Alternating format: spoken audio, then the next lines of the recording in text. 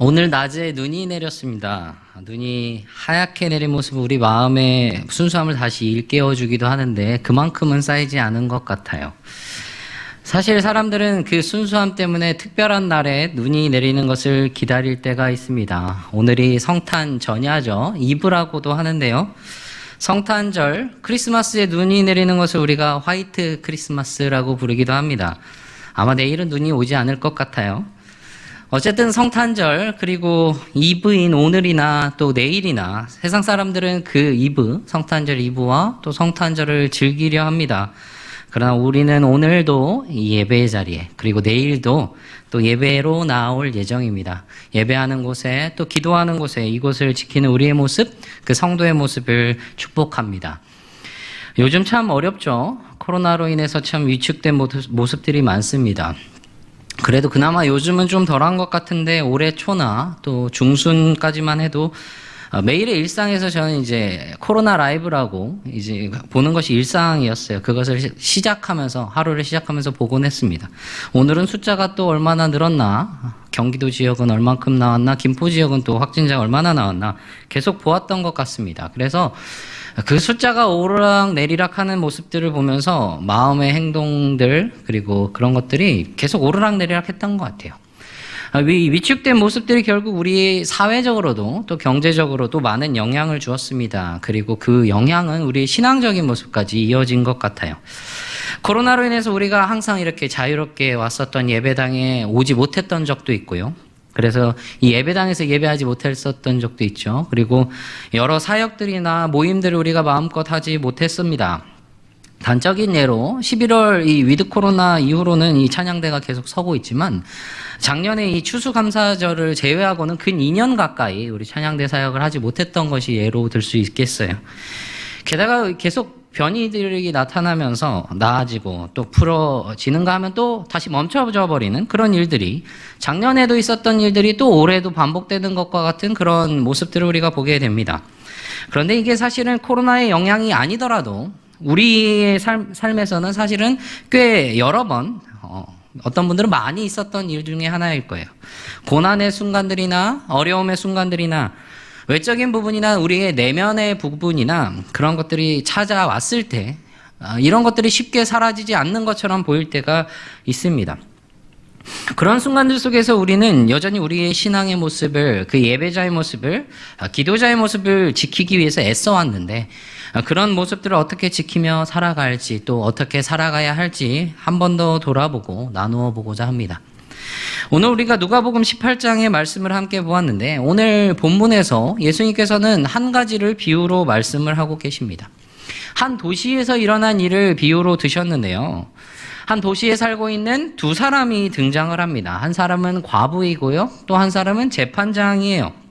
그런데 이 재판장이 우리가 기대하고 생각하는 그 재판장의 모습과는 보통의 재판장의 모습과는 조금 달라요.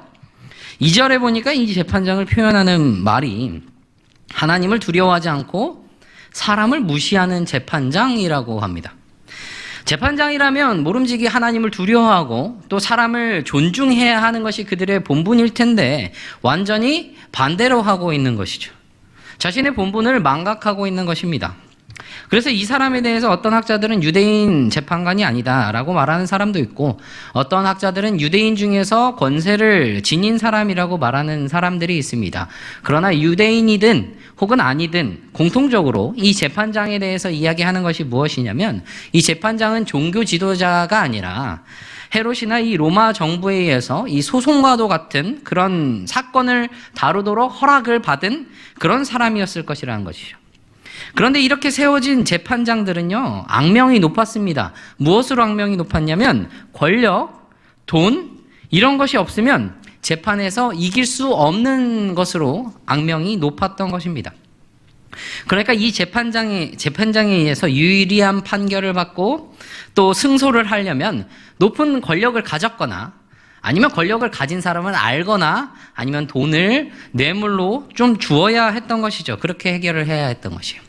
안 그래도 악명이 높은 이 재판장들 중에서 오늘 본문에 나오는 재판장은요, 더해요. 하나님을 두려워하지도 않고요, 사람들을 존중하지도 않는 그런 것으로 유명했던 사람입니다. 그래서 이 재판장을 표현하는 말이 불의한 재판장이라는 겁니다. 참 아이러니하죠. 공의로워야 할 법정에 정의롭게 판결을 내려야 할 재판장이 불의하다? 자신의 본분이며 직업 윤리며 재판장으로서의 그 소명 같은 것은 전혀 가지고 있지 않은 그런 재판장이었던 것입니다. 불의한 재판장. 그런데 이 재판장에게 한 과부가 찾아가요. 한두 번 찾아간 게 아닌 것 같습니다. 자주 그에게 가서 호소했다라고 3절에서는 말하고 있으니까요. 과부는 원수에 대한 원한이 있어서 그것을 풀어주기를 이 재판장에게 원하고 있습니다. 그런데 여기서 원한을 풀어주다라는 단어가요. 엑디케오라는 단어인데요. 이게 정의, 공의, 형벌이라는 뜻의 디케라는 명사에서 파생된 단어입니다. 그래서 에크디케오 이 단어가 정의를 실현하다, 입증하다라는 뜻인데 복수하다, 처벌하다라는 의미로도 사용이 됩니다. 그러니까 이 단어가 사용된 이 원어 그대로의 풀이를 하면 과부가 자기 원수에 대해서 정의를 실현해 주세요. 정의를 바로 세워주세요. 이 사람에게 정확한 처벌을 내려주세요. 나의 정당한 권리를 찾아주세요. 라는 그런 말이죠. 그런데 이 재판장 어떤 재판장이에요? 불의한 재판장입니다. 공의와 정의에 따라서 움직이는 재판장이 아니라는 거예요. 게다가 이 여인이 누구예요? 과부입니다. 당시에 과부라고 하면 일반적으로 권력이나 부와는 조금은 거리가 먼 그런 사람들이에요. 그러면 이 여인이 저 불의한 재판장에게 공정한 그 판결을 자신이 원하는 그 정의를 얻어낼 확률이 얼마나 있을까요? 저 재판장이 들어주겠습니까? 안 들어주죠. 그래서 이 여인이 어떻게 했느냐? 계속 가는 겁니다. 지속적으로 찾아가면서 자신의 문제를 해결해달라고, 공정하게 처리해달라고 그렇게 호소를 하고 있는 겁니다. 재판장이 얼마 동안은 듣지도 않아요. 하나님도 두려워하지 않는 사람인데 그냥 다른 사람들이 뭐라고 하든지 신경이나 쓰겠습니까? 양심의 가책따위는 느낄 리가 없는 그런 사람이고요. 그런 사람이면 그동안 얼마나 많은 사람들이 와서 이렇게 호소를 여러 번 했겠어요. 그러니까 움직일 리가 없는 것이죠. 그런데 이 과부는 조금 굉장했어요. 이전에 어떤 사람과도 비교할 수 없을 정도였습니다. 계속 찾아오고 또 찾아오고 거절당하고 거부당하고 돌려보내도 또 오는 겁니다. 계속 오는 거예요. 포기하지 않고 계속 찾아오는 이 과부로 인해서 재판장이 드디어 번민하기 시작합니다. 재판장 스스로 속으로 생각하기 시작을 한 거예요. 아니 내가 하나님도 안 두려워하고 사람들도 전혀 존중하지 않는 사람인데 이 과부가 나를 이렇게 귀찮게 하니까 너무 고치거리다. 정신적으로 너무 녹초가 돼서 나는 이제 퍼져버리고 말 거야 라고 그렇게 생각을 하게 된 것입니다. 이 과부요. 조금 찾아오고 말 사람이면 그런 생각을 안 했을 거예요. 근데 이 과부를 보니까 계속 찾아올 것 같은 것이죠. 억울한 일이 해결되지 않으면 정말 끝까지 찾아올 것 같은 사람이라는 것을 깨닫게 된 겁니다. 그래서 이 여인에 의해서 괴롭힘을 당하지 않으려면 딱 한 가지 방법밖에 없다고 떠오르는 것이죠. 무엇이에요? 이 여인의 요청을 들어주는 것이다. 그것입니다. 더 이상 괴로움을 당하지 않기 위해서 이 과부의 원한을 풀어주고 그녀의 정당한 권리를 찾아주겠다고 그렇게 불의한 재판장이 그렇게 말하고 있는 것이죠. 예수님께서 이 비유를 하셨는데요. 이 비유를 하신 이유를 1절에서 말씀을 하셨습니다. 무엇이라고 말씀하시냐면 예수께서 그들에게 항상 기도하고 낙심하지 말아야 할 것을 비유로 말씀하여, 기도하고 낙심하지 말아야 한다는 뜻으로 비유를 하나 이렇게 말씀을 하신 것입니다. 그 비유가 바로 이 불의한 재판장과 과부의 이야기예요.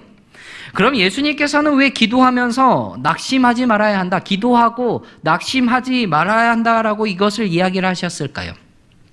이 비유를 하신 이유를 보면요. 예수님께서는 제자들이 낙심할 수 있을 거라고 보신 것인데 왜 그렇게 생각하신 것일까요?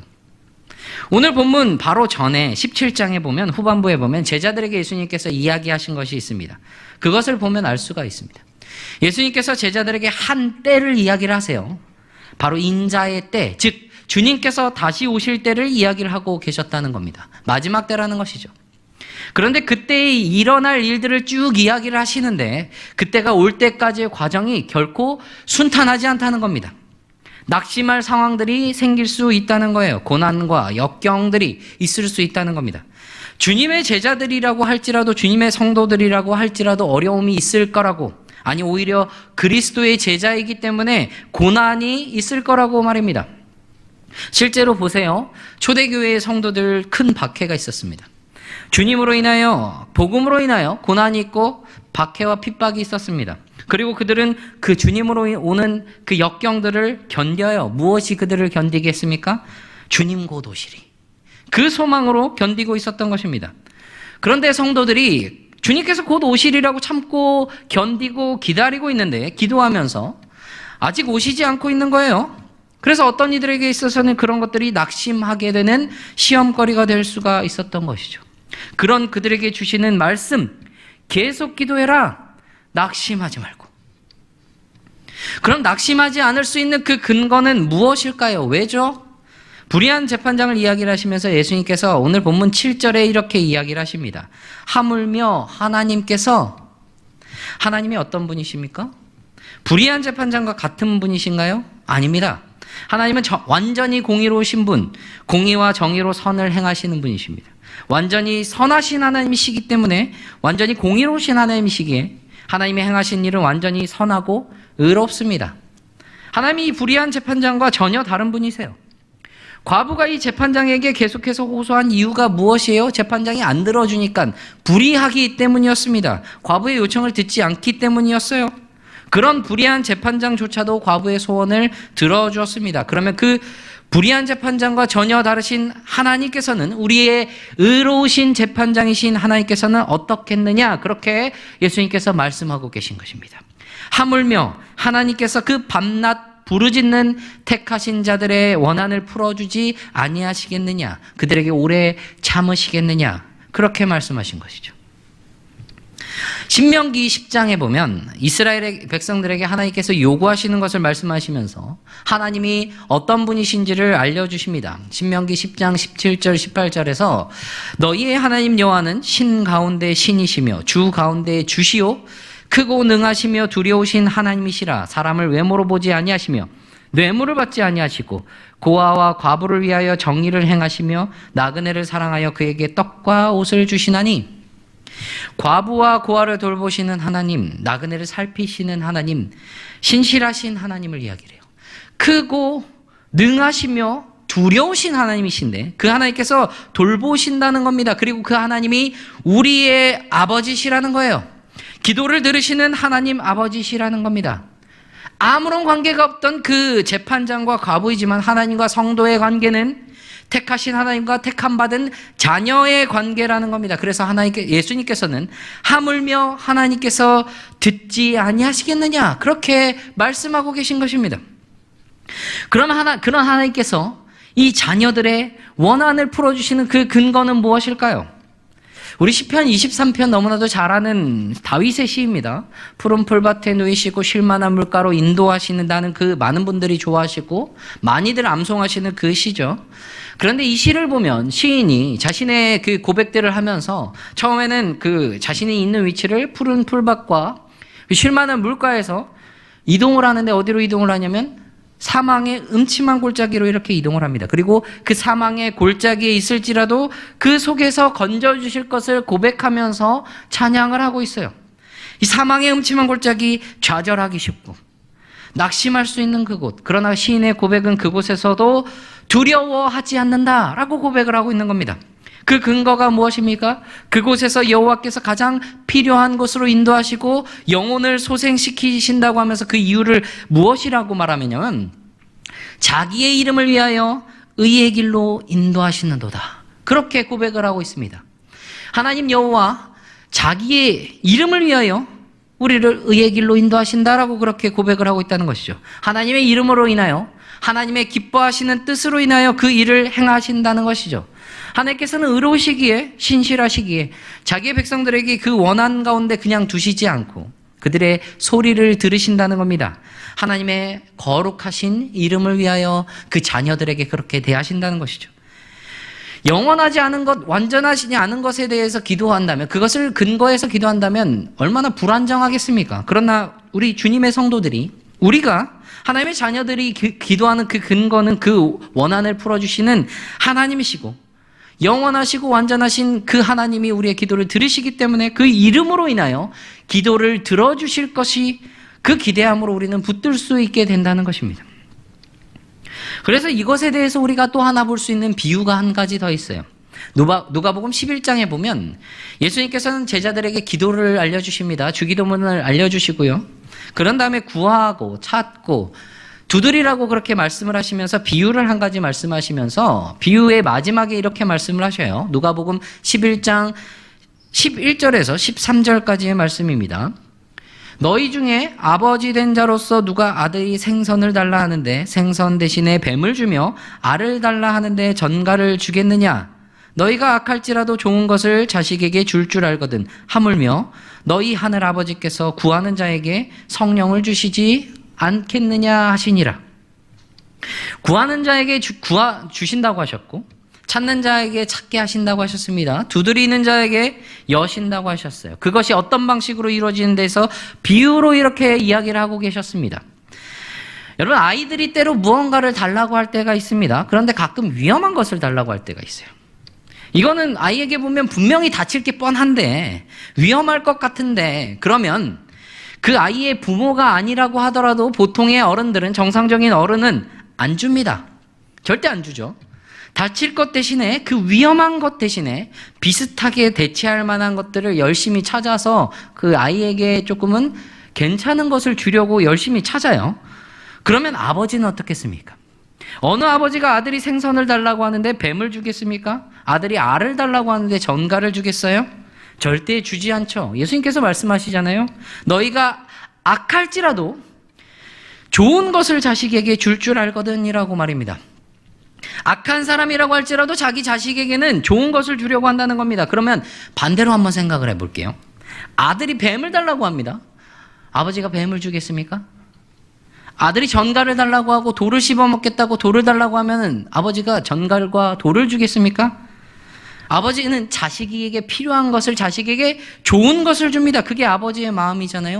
뱀을 달라고 해도 아들이 이 뱀이 아니라 생선이 필요한 것을 알고 생선을 주고, 이 아들이 전갈을 달라고 해도 돌을 달라고 떼를 써도 이 아버지가 주는 것은 생선이고 알이고 떡입니다.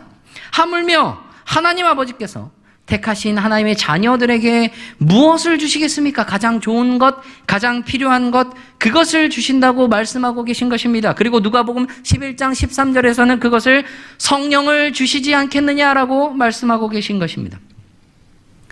그러면 우리는 이렇게 생각할 수도 있어요. 어차피 가장 좋은 것 주시는데 우리가 구할 필요 있겠느냐고. 원한도 불의한 재판장처럼 우리가 계속 찾아가야만 들어주는 것도 아닐 텐데 우리가 그렇게 계속 구해야 하겠냐고 그렇게 물을 수 있겠습니다. 그런데 오늘 본문 7절에서 말하죠. 하나님께서 밤낮 부르짖는 택하신 자들의 원한을 풀어주지 아니하시겠느냐. 하나님과의 관계를 생각해야 하는 데서 출발해야 합니다. 하나님께서는 우리를 자녀라는 관계로 맺어주셨어요. 그런 주님의 자녀들에게 주어지는 특권의 하나가 하나님께 부르짖을 수 있는 것, 하나님께 기도하는 것이라는 사실을 기억해야 한다는 겁니다. 자녀들이요, 옆집 아저씨에게 가서 구할 수 있겠습니까? 바랄 수 있겠습니까? 자녀들이 아버지에게 구하고 바라야 하는 것은 아버지이기 때문입니다. 그 관계로 인해서 생기는 특권이라는 거예요. 동시에 아버지이기 때문에 자녀에게 가장 필요한 것을 알고, 아버지이기 때문에 자녀에게 가장 좋은 것을 주고 싶고, 아버지이기 때문에 자녀의 원한을 그냥 두고 볼 수 없는 것입니다. 그보다 훨씬 더 크게 하나님 아버지께서는 자녀인 우리를 그렇게 돌보고 인도하신다는 겁니다. 가장 필요한 것으로 말입니다. 자녀의 역할은요, 그것을 바라보면서 기대하면서 계속 기도하는 것이라고 오늘 본문은 이야기를 하고 있는 것입니다. 때로는 우리가 우리의 계획이나 우리의 시간표를 중심으로 생각하고 기도하다 보면 우리의 원한이나 그런 어려움들이나 여러 가지 기도의 제목들이 이루어지지 않고 지연되는 것처럼 여겨질 때가 있습니다. 아무리 붙잡아도 이루어지지 않는 그런 것처럼 생각이 될 때가 있어요. 왜냐하면 나의 계획은 나의 시간표대로 생각을 하면 이 기도는, 이 간구는, 내가 생각하는 것은 벌써 이루어져야 맞는 것이기 때문이요. 그런 때 우리가 실망을 할 때가 있고 낙심을 할 때가 있습니다. 그런데 우리가 그런 때에 하나님과의 우리와의 관계를 더 기억하고 우리는 붙들어야 하는 겁니다. 아무런 관계가 없는 그 재판장에게도 과부는 끊임없이 나아갔어요. 그 자신이 원하는 것을 얻기 위해서 끊임없이 나아갔던 그 모습이 있었습니다. 그 원한을 풀기 위해서. 하나님과 아버지와 자녀의 관계로 묶여있는 우리는요, 아버지 되신 하나님 앞에서 우리는 기도하고 붙드는 일에 멈춤이 있을 수가 없다는 겁니다. 끝까지 우리는 붙들어야 한다는 거예요. 그게 우리에게 주신 특권이며 그 특권을 누릴 수 있는 자녀의 그 모습이 우리에게 있다는 것입니다. 여러분, 이스라엘 백성들이요, 오랫동안 하나님께서 주신 그 약속을 붙들고 기다렸습니다. 그런데 정작 그 약속대로 예수님께서 이 땅에 오셨을 때 그들은요, 예수님을 불의한 재판장에게 넘겨줬습니다. 자신들이 원했던, 자신들이 기대했던 그런 메시아의 모습이 아니었기 때문에 그들은 이 땅에 오신 예수님을 따르지 않고 불의한 재판장에게 넘기고 십자가에 못 박으라고 그렇게 소리를 쳤던 것입니다. 그런데 예수님께서는요, 약속하신 대로 분명히 이 땅에 오셨습니다. 이 땅에서 오셨고, 그리고 우리 죄를 위하여 십자가에 못 박히시고, 말씀하신 대로 3일 만에 부활하셨어요. 그리고 다시 오시겠다고 약속하시면서 승천하셨습니다. 그 약속하신 때까지 여러 어려움들과 고난과 핍박과 그리고 그 속에서 원한이 있을 수 있지만, 그럼에도 분명한 것은요, 주님께서 약속을 이루셨던 것처럼 또 다시 오실 것이라는 그 약속 분명히 이루신다는 것입니다. 오늘 8절에서는 그래서 이렇게 말하고 있어요. 함께 읽겠습니다. 내가 너희에게 이르노니 속히 그 원한을 풀어주시리라. 그러나 인자가 올 때에 세상에서 믿음을 보겠느냐 하시니라. 아멘. 주님께서 다시 오실 때에 보시겠다고 하신 그 믿음, 그 믿음을 소유한 사람, 그게 누구겠습니까? 주님께서 다시 오실 때까지 계속해서 기도하면서 낙심하지 않는 그 사람. 비록 주님께서 아직 오시기 전까지는 이 땅에서의 괴로움과 역경과 고난과 핍박들이 여전히 있지만, 그것으로 인해서 때로는 우리가 좌절하기도 하고 우리가 낙심하게 될 때도 있겠지만, 그런 상황에 처할 수밖에 없겠지만, 그런 의미에서도 그 상황에서도 우리에게 바라시는 것이 분명하게 있습니다. 그것이 무엇이냐? 기도하면서 낙심하지 말 것을 우리에게 바라고 있는 것입니다. 그런 우리의 모습을, 끊임없이 하나님을 붙드는 그 신앙의 모습을 우리에게 바라고 계시다는 거예요. 그런 우리의 모습으로 우리가 밤낮 주님을 붙들 때에 하나님께서는요, 약속하신 대로 가장 좋은 때에 가장 좋은 것으로 우리를 채우실 것이라는 겁니다.